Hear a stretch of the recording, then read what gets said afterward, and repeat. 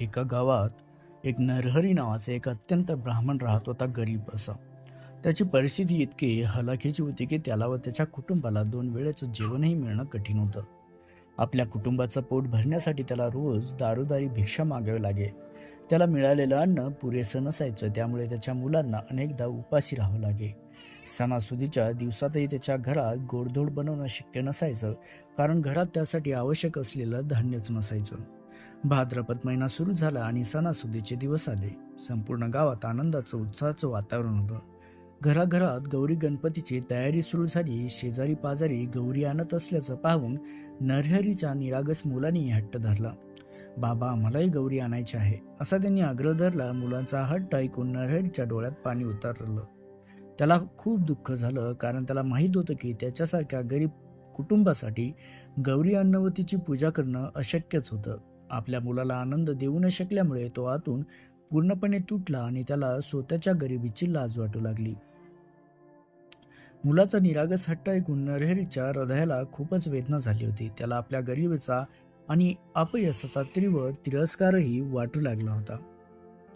ज्या पित्याला आपल्या मुलासाठी साधे गौरीचे खडेही आणता येत नाही, त्या जगण्याचा काय उपयोग, असा विचार त्याच्या मनात आला आणि त्याला आपल्या मुलाचे निराश झालेले चेहरे पाहणे असह्य झाले. कुटुंबासाठी काही न करू शकल्यामुळे तो पूर्णपणे हताशही झाला होता. या असह्य दुःखातून सुटका मिळवण्यासाठी त्याने एक अत्यंत कठोर निर्णय घेण्याला सुरुवात केली. या गरिबीपेक्षा मृत्यू बरा, असा विचार करून त्याने आपले जीवन संपवण्याचा निर्धार केला आणि कोणताही विचार न करता आपल्या कुटुंबाला आणि मुलांना सोडून तो जवळच्या तलावाच्या दिशेने निघाला. त्याच्या मनात आत्महत्येचा विचार पक्का झाला होता. जीवनाची सर्व आशा गमावून तो शांत व गंभीर चेहऱ्याने एकाकी पावले टाकत तलावाकडे जात होता. त्याला वाटले की त्याच्या मृत्यूमुळे त्याच्या कुटुंबाचे दुःख संपेल, पण आता हे माहीत नव्हतं की नियतीने त्याच्यासाठी काहीतरी वेगळेच ठरवले होते. तलावाकडे जाताना आत्महत्येच्या विचारात मग्न असलेल्या नरहरीला वाटेत एक वृद्ध व तेजस्वी सवानी सवाशीण भेटली. तिचे डोळे शांत व प्रेमळ होते. नरहरीला त्या अवस्थेत पाहून तिने त्याला थांबवले आणि त्याच्या दुःखाचे कारण विचारले. नरहरीने तिला आपली हताश अवस्था व मुलाच्या हट्टापायी घेतलेला जीव घेण्याचा निर्णय सांगितला. त्याच्या वेदना ऐकून त्या म्हातारीला, म्हणजे त्या बाईला, खूप दया आली. तिने त्याला समजावले आणि शांत केले. अरे बाळा, अशी कोणतीही गोष्ट नाही जी संपत्तीपेक्षा मोठी आहे. तू जीव देऊ नकोस, चल माझ्याबरोबर घरी, असे म्हणून त्याने तिला आपल्या घरी नेले. पण प्रत्यक्षात ती त्याला त्याच्याच घरी घेऊन आली होती. नरहरीला हे पाहून आश्चर्यच वाटले, पण त्याने काही न बोलता तिला आत घेऊन आला. त्या म्हातारीने घरात पाऊल टाकताच एक अद्भुत चमत्कार घडला. नरहरीच्या घरात जिथे नेहमी गरीब व रिकामे भांडे दिसायचे, ते सर्व भांडे अचानक धान्याने आणि समृद्धीने भरून गेले होते. ज्या मडक्यात कधी मुठभर धान्यही सापडणं कठीण होतं, ते मडके पूर्ण भरलेले पाहून नरहरीच्या डोळ्यात विश्वास बसेना. त्याला काही समजेना ती म्हातारी कोण आहे आणि हा चमत्कार कसा घडला. त्याला जाणवले की ती एक सामान्य स्त्री नाही. घरात आलेला चमत्कार पाहून नरहरी अवाकच झाला होता. धान्याने भरलेले मडक्याकडे तो आवासून पाहत होता. त्या म्हातारीने त्याच्याकडे पाहून हसून म्हटले, बाळा, आज घावन घोट व खीरपोळी बनव. तुझ्या मुलाचा हट्ट पूर्ण कर. नरहरीने लगेच होकार दिला, पण त्याच्याजवळ काहीच नव्हते. त्याने म्हातारीला सांगितले की घरात पुरेसे साहित्य नाही. तेव्हा म्हातारीने त्याला भिक्षा मागण्यासाठी जाण्यास सांगितले.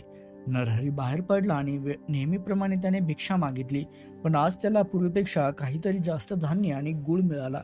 इतके की त्याला ते घेऊन येण्यासाठी दुसऱ्या माणसाची मदतही घ्यावी लागली. घरी परतल्यावर त्याने आनंदाने घावट घोट व खीरपोळी केली. मुलांनी पोटभर जेवण केलं आणि त्याच्या चेहऱ्यावरचा आनंद पाहून नरहरीला खूप समाधान वाटले. दुसऱ्या दिवशी त्या म्हातारीने नरहरीला आपल्या गोठ्यात म्हशीसाठी खुंट पुरण्यास सांगितले. नरहरीने सांगितले की त्याच्याकडे म्हशी नाहीत, तरी त्याने तिच्या सांगण्यावरून खुंट पुरले आणि लगेचच एक मोठा चमत्कार झाला. नरहरीच्या गोठ्याकडे अनेक म्हशी धावत आल्या आणि गोठा पूर्णपणे भरूनही गेला. नरहरीच्या डोळ्यातून आनंदाश्रू वाहू लागले. त्याच्याकडे कधी एकही जनावर नव्हते, त्याच्याकडे आता मोठा गोठा भरलेला होता. एका दिवसात त्याचे संपूर्ण आयुष्य पूर्णपणे बदलून गेले होते. लगातार 2 दिवस घडलेला चमत्कार पाहून नरहरीला खात्री पडली की ही म्हातारी एक सामान्य स्त्री नाही. तिसऱ्या दिवशी ती म्हातारी नरहरीसमोर प्रकट झाली आणि म्हणाली, मी स्वतः ज्येष्ठा गौरी आहे. तुझ्या निस्वार्थ मनामध्ये आणि तुझ्या कुटुंबाप्रती असलेल्या प्रेमामुळे मी तुझ्यावर प्रसन्न झाले. हे ऐकून नरहरीला खूप आनंद झाला. गौरीने त्याला आशीर्वाद दिला आणि एक चमत्कारी वाळू दिली. ती म्हणाली, ही वाळू तुझ्या घरात ठेव आणि सर्व भांड्यामध्ये तुझ्या गोठ्यात टाक. जोपर्यंत ही वाळू राहील तोपर्यंत तुझ्या घरात कधीही कशाची कमतरता भासणार नाही आणि तुझ्यावर कधीही दारिद्र्य येणार नाही. गौरीने नरहरीला आपल्या पूजेचे वृत्तही सांगितले. भाद्रपद महिन्यात तू तलावावरून 2 खडे आणून त्याची गौरीच्या रूपात पूजा कर. तिला घावणघोट व खीरपोळीचा नैवेद्य दाखव.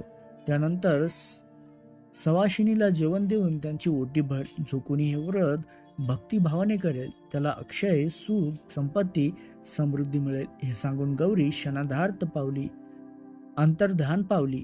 नरहरीने गौरीच्या आज्ञेनुसार त्या वाळूचा वापर केला आणि तिच्या सांगितल्याप्रमाणे पूजा सुरू केली. त्यानंतर त्याचे जीवन सुख आणि समृद्धीने भरून गेले.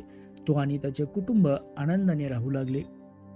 मित्रांनो, या कथेचा दुसरा आणि महत्त्वाचा भाग म्हणजे हिंदू पौराणिक कथेतील समुद्र मंथन या महासागरातील मंथनाशी जोडलेला आहे. पौराणिक कथेनुसार एकदा दुर्वास ऋषीच्या शापामुळे स्वर्ग आणि देव दोन्ही आपले तेज ऐश्वर्य गमावून बसले होते आणि ते परत मिळवण्यासाठी देवाने भगवान विष्णूच्या सल्ल्यानुसार दानवासोबत मिळून समुद्र मंथन करण्याचा निर्णय घेतला. या मंथनातून अनेक अमूल्य रत्ने वस्तू देवी देवता प्रकट झाल्या. त्याच मंथनातून 2 महत्त्वाच्या व्यक्ती बाहेर पडल्या, महालक्ष्मी आणि तिची मोठी बहीण अलक्ष्मी. महालक्ष्मी देवी तेजस्वी, सौभाग्यशाली आणि समृद्धीची अधिष्ठात्री मानली जाते. ती कमळाच्या फुलावर विराजमान असून संपत्ती, सौंदर्य, शांतता आणि आनंदाची देवता आहे. तिचा विवाह विष्णू भगवानाशी झाल्याची कथा प्रसिद्ध आहे, ज्यामुळे ती वैभवशाली, सर्व संतुष्ट जीवनाची देवता म्हणतात. त्या समुद्रातून तिची बहीण अलक्ष्मी प्रकट होते, जी कुरूप, अशुभ आणि दारिद्र्य आणि कलहाचे प्रतीक असते. अलक्ष्मी देवीची निवासस्थाने अशुभता, अव्यवस्था आणि घरामधील अस्वच्छता मानली जाते. तिला दारिद्र्य आणि वैर निर्माण करणारी मानली जाते. जेव्हा श्री विष्णूने महालक्ष्मीशी विवाह करण्याचा प्रस्ताव ठेवला तेव्हा महालक्ष्मीने एक अट घातली. तिने सांगितले की मी माझ्या मोठ्या बहिणीच्या विवाहाशिवाय विवाह करणार नाही. तिच्या या अटीमुळे श्रीलक्ष्मीने अलक्ष्मीसाठी योग्य वर शोधला. तिचा विवाह एका तपस्वी ऋषीसोबत लावून दिला. परंतु अलक्ष्मीच्या नकारात्मक प्रभावामुळे आणि तिच्यातील कलहप्रियेमुळे तो ऋषी तिला सोडून निघून गेला. निराधार झालेली अलक्ष्मी रडू लागली. तेव्हा श्री विष्णूने तिला सांत्वन दिले आणि 3 महत्वाचे वरही दिले. जसं की विष्णूने तिला सांगितलं, जिथे घाण, आळस, अस्वच्छता, कलह, अधर्म असेल तिथे तू निवास करशील. हा वर केवळ अलक्ष्मीसाठी नाही तर आपल्यासाठी एक महत्वाचा धडा आहे. जिथे अस्वच्छता, सुव्यवस्था नसते तिथे नकारात्मक ऊर्जा आणि दारिद्र्य वास करते. म्हणूनच गौरी पूजेपूर्वी घराची पूर्ण स्वच्छता केली जाते.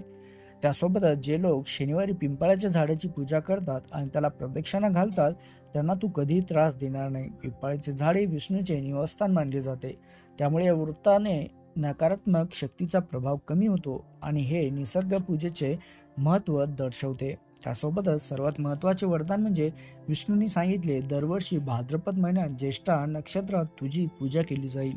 या वरामुळे ज्येष्ठा गौरीच्या दिवशी लक्ष्मी, अलक्ष्मी या दोन्ही बहिणीची पूजा केली जाते.